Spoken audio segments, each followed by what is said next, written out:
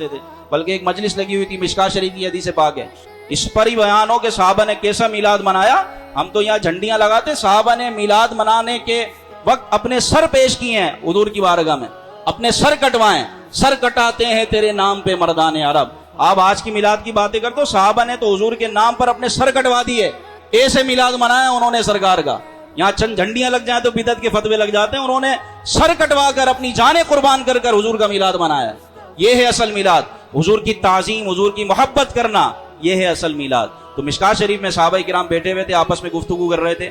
ایک صحابی نے کہا اللہ نے حضرت آدم کو صفی اللہ بنایا، دوسرے نے کہا ہاں اللہ نے حضرت موسیٰ کو کلیم اللہ بنایا، تیسرے صحابی نے کہا ہاں اللہ نے حضرت ابراہیم کو خلیل اللہ بنایا، چوتھے صحابی نے کہا ہاں اللہ نے حضرت عیسیٰ کو کلیمت اللہ بنایا، پھر ایک صحابی نے کہا ہاں اللہ نے حضرت نوح کو نجی اللہ بنایا۔ اتنے میں نبی پاک صلی اللہ علیہ وسلم ان کی گفتگو سن رہے تھے کہ صحابہ کرام آپس میں کیا گفتگو کر رہے ہیں۔ آپ قریب تشریف لے آئے اور کہا کہ بے شک اللہ نے آدم کو صفی اللہ بنایا، موسیٰ کو کلیم اللہ بنایا، عیسیٰ کو روح اللہ بنایا اور جناب ابراہیم کو خلیل اللہ بنایا، لیکن سنو اللہ نے مجھ مصطفیٰ کو حبیب اللہ بنایا۔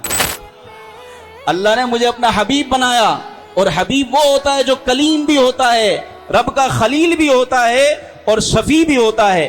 اللہ نے ان سب کو جو بنایا وہ بنایا، لیکن سنو اللہ نے مجھ کو اپنا حبیب بنایا ہے، اپنا محبوب بنایا ہے۔ انا حبیب اللہ، میں اللہ کا محبوب ہوں، سبحان اللہ۔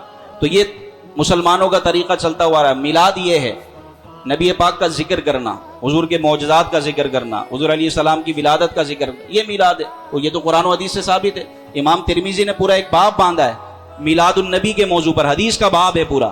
اب آپ کو نظر نہیں آتا تو بھائی آپ کا علاج ہم کیا کر سکتے ہیں؟ پورا امام ترمذی نے باب باندھا ہے، باب ما جاء بہ میلاد النبی صلی اللہ علیہ وسلم۔ امام ترمذی کون ہے؟